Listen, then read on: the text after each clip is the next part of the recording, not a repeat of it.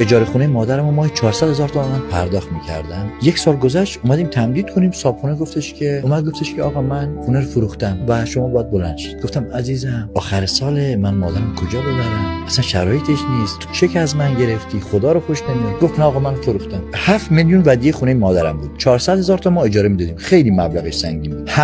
همه دارایی من یه دونه ماشین زانتیا بود. رفتم یه خونه برای مادرم پیدا کردم به ارزش 30 میلیون رهن کامل.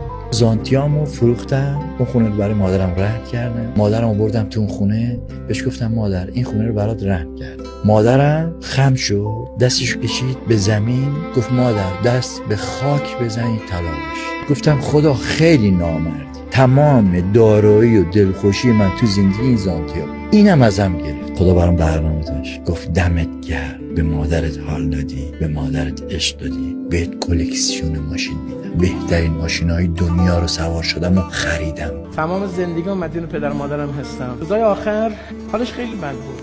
ما دارو تهیه می‌کردیم، این دارو گرون بود. سرش رفتم گفتم بابا جون دارو خریدم خیلی گرون شده. یه حرفی زد گفت بابا جان یه چیزایی تو آسمون ثبت میشه، رو ورق خرابش نکن. رحمت خدا رفت و خدا خواست و الان من میبینم که آسمون پدرم داره جبران میکنه. آفرین به اونایی که بلدن آسمونی زندگی بکنن.